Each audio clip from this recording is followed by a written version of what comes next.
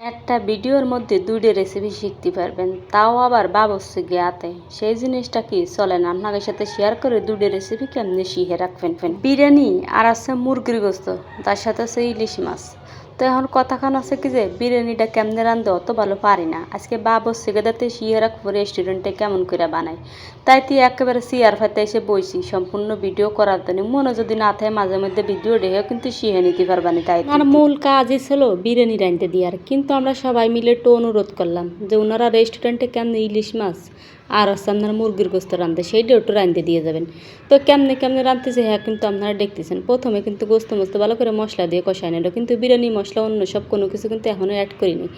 পরে হচ্ছে কি পানিটারে গরম হতে দিয়ে তাতে চাইলটারে ভালো করে ধুয়ে আনতেছে। ওই পানিটা আবার যখন হয়ে যাবে না বুঝছেন নাকি, তখন আবার কী করবে না জানেন, ওই পানিটা উঠোই দিয়ে ওই একই আড়ির মধ্যে পরিমাণ মতো তেল দিয়ে বেরেস্তা করে উঠোই রাখবে।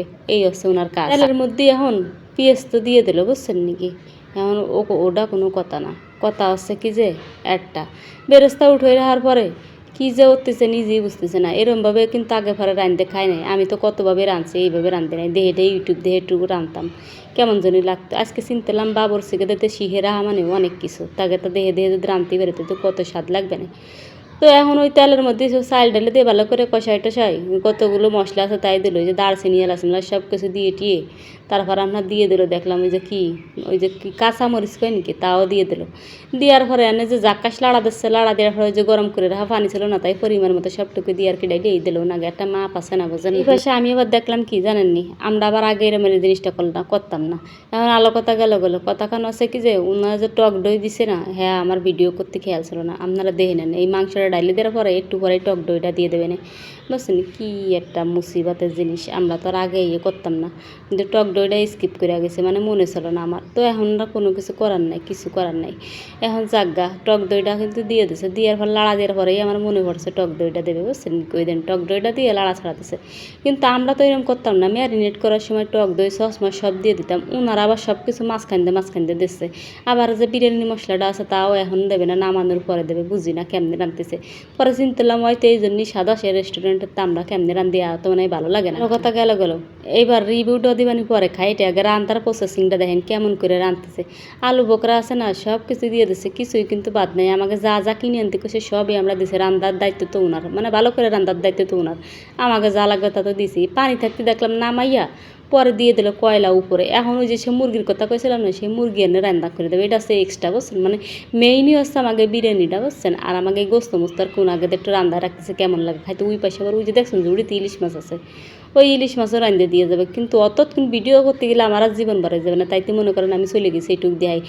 টেনশন করেন না, মুরগিও আপনাকে দেখাবানি। তা যাক, ওই যে ডাকনাতে উঠে পরে দেখলাম কি যে মশলাটা অ্যাড করে দিচ্ছে, কি সুন্দর লাড়িং সাড়িং দিয়ে সবগুলো মিশিয়ে দিচ্ছে একসাথে। খেলে রান্না দেখতেছি আর জলমের অবাক হচ্ছে কেমনে কেমনে রান্না। পরে তো বুঝলাম রে ওরে রেস্টুরেন্টে কেন এত সাদা সেরে উল্টো পাল্টা রান্দারে। আমরা একভাবে রাঁধছি, ওনারা রাঁধতেছে একভাবে। পরে ওইটা হয়ে গেল, ওইটা নিয়ে এখন নিয়ে এরবে কী এরবে জানেন নাকি, আরও মশলা দেখে অ্যাড করতেছে, যতটুকু লাগবে সে অতটুকু সব অ্যাড করে ডাকনাতে ডাইটে এখন নিয়ে যাচ্ছে। মানে ঘরের মধ্যে থিয়ে আসতেছে বুঝছেন। আমরা তো তিনতলায় থেকে তিনতলায় উঠবে না, এনারা দুজনে মিলে। আর তাদের এই মুরগির জন্য আমি বসে রয়েছি, মুরগি আবার কেমনে রান্ধে তা দেখা লাগবে না, এই জন্যই আমার কাছে গেটের সামনে আর কি রান্না বান্না করতেছে। এই যে মানে লাকড়ি দিয়ে, লাকড়ি চুলে তো কত সুন্দরই মজা লাগে। এতগুলো যদি গ্যাসের চুলে রান্না লাগতো, এত বড় একটা পাতিল কিন্তু দত্ত না গ্যাসের চুলে, তাই তার কি নিচে রান্না করতেছি।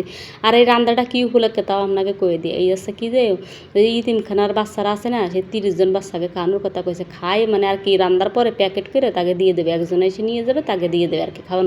এই জন্য আর কি রাঁধতেছে। আর এই যে মাংসটা হচ্ছে আমাকে ঘরের জন্য এক্সট্রা বুঝছেন, এই জন্যই নারদের রান্না রাখতেছে।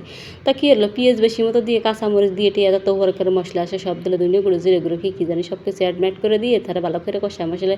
মানে ভালো করে কষাইছে কিনা তা আমি ক্ষতি হতেছে না, খাওয়ার পরে করতে পারবানি যে কেমন লাগছে। কইলাম না রিভিউটা আপনাকে একটু পরে দেবানি, খালি রান্নাটা আগে শিখে না এত ধরে কেমন করে আমি রান্না আপনাকে দেখাই। মনে করেন এত সুন্দর করে রাঁধতেছে, একবার খাইলে মনে করবেন আর দিবনও বলবেন না। এই রান্না খালি বারবারই রানবেন, এত স্বাদের রান্না। এখনও জাগা এখন দেখলাম যে গোষ্ঠ মোষ্ট ডালে দিয়ে ভালো করে কষাইটা সে ওয়াটার মধ্যে দিয়ে টিয়ে গেল। আর এই ওয়াটার মধ্যে দেখেই মনে করেন আমি ঘরের মধ্যে দৌড় দিচ্ছি। আর দিহার মতো ধৈর্য আমার নাই, সন্ধ্যা হয়ে গেছে। এতক্ষণ দেখতে গেলে আমার আর খুঁজে পাবেন না। গোসল না করে মনে করেন ভিডিও করতে বসে গেছিলাম জালকাঠি, সে তাই সেবার দিয়ে এই অবস্থা। সে খানের রিভিউ তো যত উপদের জঘন্য খাবার খাইছেন সব থেকে জঘন্য, এত বাজে খাবার হয়েছে। মানে আপনার এই ঝোল কন, মাছ কন, বিরিয়ানি কন, একবারে জঘন্য, খাওয়া যাবে না, একেবারে বাজে। আর কি করবো আপনাকে এক কথায়।